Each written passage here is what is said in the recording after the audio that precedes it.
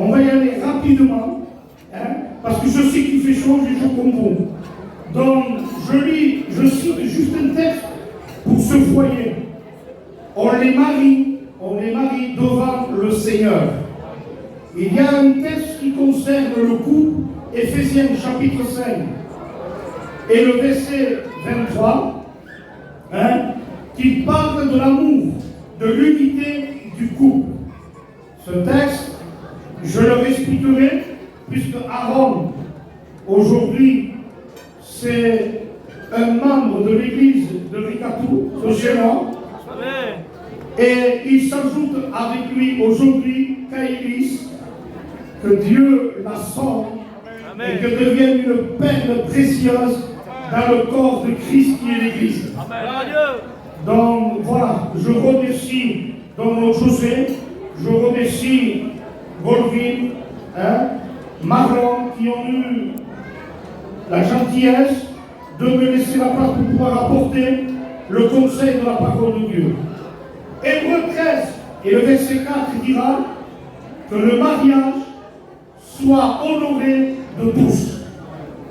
Aujourd'hui, c'est un mariage qui n'est pas mixte. Ce n'est pas un mariage où ça va s'arrêter, ou après ça va continuer dans la musique, les fêtes et l'alcool. Des mariages comme ça, moi, j'y vais pas. Ce mariage, il est chrétien, du début à la fin. Et nous voulons honorer ce qui est honorable. Alors, je vais lire un texte de la parole de Dieu, une confession pour eux.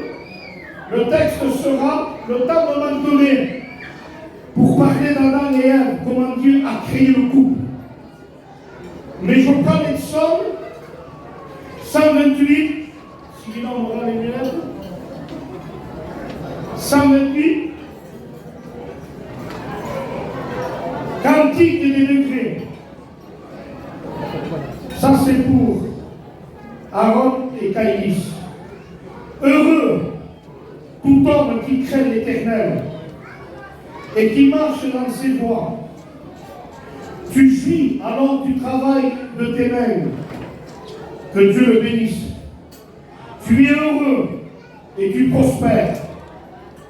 Ta femme est comme une vigne féconde à l'intérieur de ta maison. Tes filles sont comme des plants d'olivier autour de ta table. C'est ainsi qu'est béni l'homme qui craint l'Éternel. L'Éternel te bénira de Sion, et tu verras le bonheur de Jérusalem. Tous les jours de ta vie, tu verras les fils de tes fils, et que la paix soit sur Israël et sur ce foyer. Donc aujourd'hui, on fera la prière, on priera pour ce couple, mais avant tout, je voudrais m'adresser à ceux qui n'ont pas fait la paix avec Dieu, ceux qui encore ne connaissent pas Dieu. La Bible nous parle que dans l'Ancien Testament, il y avait des sacrifices, des holocaustes. Mais à Dieu, ça ne lui plaisait plus à cause du péché. Dans le ciel, il y a une question, Isaïe 6. Qui enverrai-je? Qui enverrai-je? Jésus répond et dit, me voici, envoie-moi. Tu m'as formé un corps. Et la Bible dira, c'est en vertu de cette volonté que nous sommes sanctifiés par l'offrande du corps de Jésus. Jésus-Christ mort pour nos péchés. Jésus-Christ crucifié. Mais Jésus-Christ ressuscité. Amen. La Bible nous parle que par une seule offrande, il a amené à la perfection tous ceux et celles qui sont sanctifiés par le sang de la nouvelle alliance. Amen. Le sang non pas d'un animal, le sang non pas des agneaux animaux, mais la Bible nous parle, qui que tu sois, quoi que tu aies fait, si noir peut être ton péché,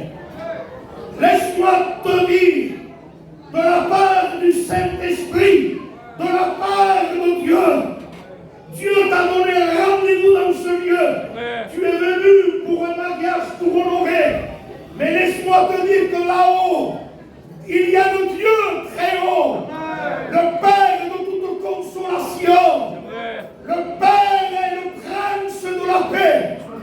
Et ce soir, il est là. Il savait que tu aurais venu. Il savait que tu serais là. Alors qu'il te connaît chez toi, quand tu te disputes avec ton foyer, lorsque tu te drogues, lorsque tu es dans l'alcool, tu essayes de remonter à la surface, mais tu sens que tu es pris comme dans du sable mouvant. Plus tu veux t'en sortir de la drogue et de l'alcool, plus tu es tiré vers le bas.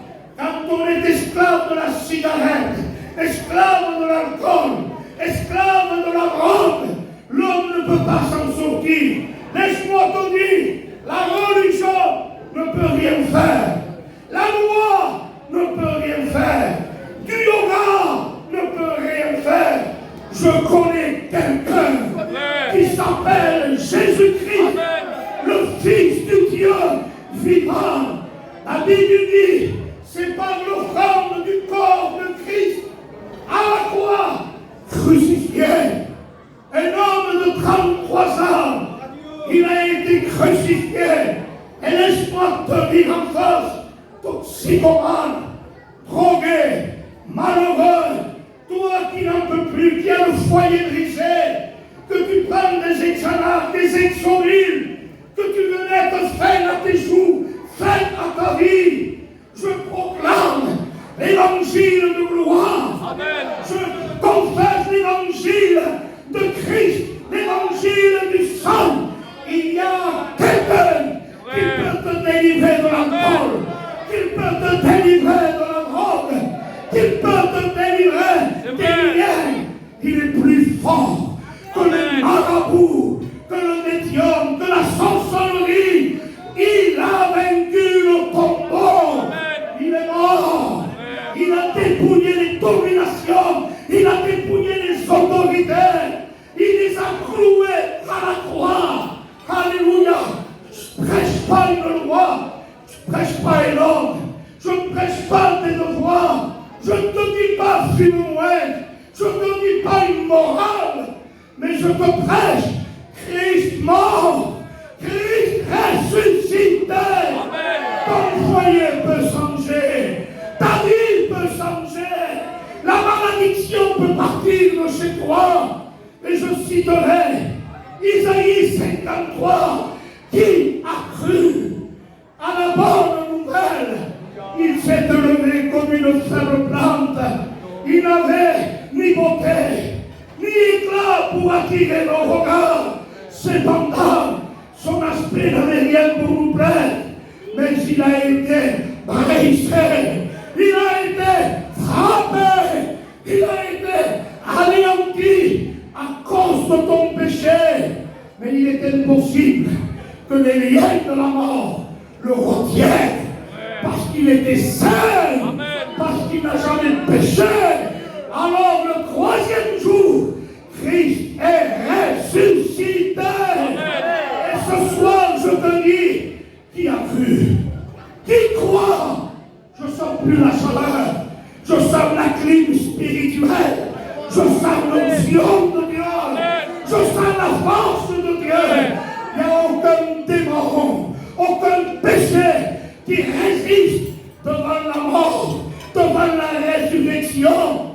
Oh mon ami, écoute ça. Dieu t'aime. Dieu t'aime.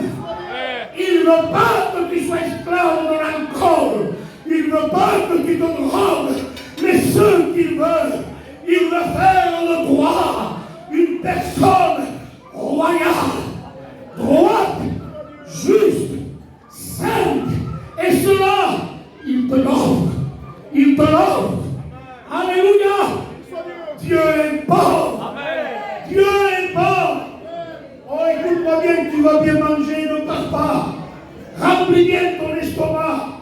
Mais écoute-moi bien. Sors de ce lieu en disant, Dieu m'a donné un rendez-vous. J'ai découvert le Christ à travers une prédication d'un pasteur. J'ai été délivré de la drogue, délivré de l'alcool, délivré du péché. L'évangile que je prêche est plus fort que la cocaïne, est plus fort que la drogue, il est plus fort que Satan et tous ces démons. C'est un évangile, c'est une dynamite qui explose l'enfer, qui explose les démons, mais qui t'aime, il te délivre ce soir, il te rétablit ce soir. Que Dieu te bénisse. Souvenez-vous de l'agneau de Dieu, sans tache et sans défaut. Amen. Il me plaît ce silence. C'est parce que c'est l'onction de Dieu. Que Dieu vous bénisse. Tous les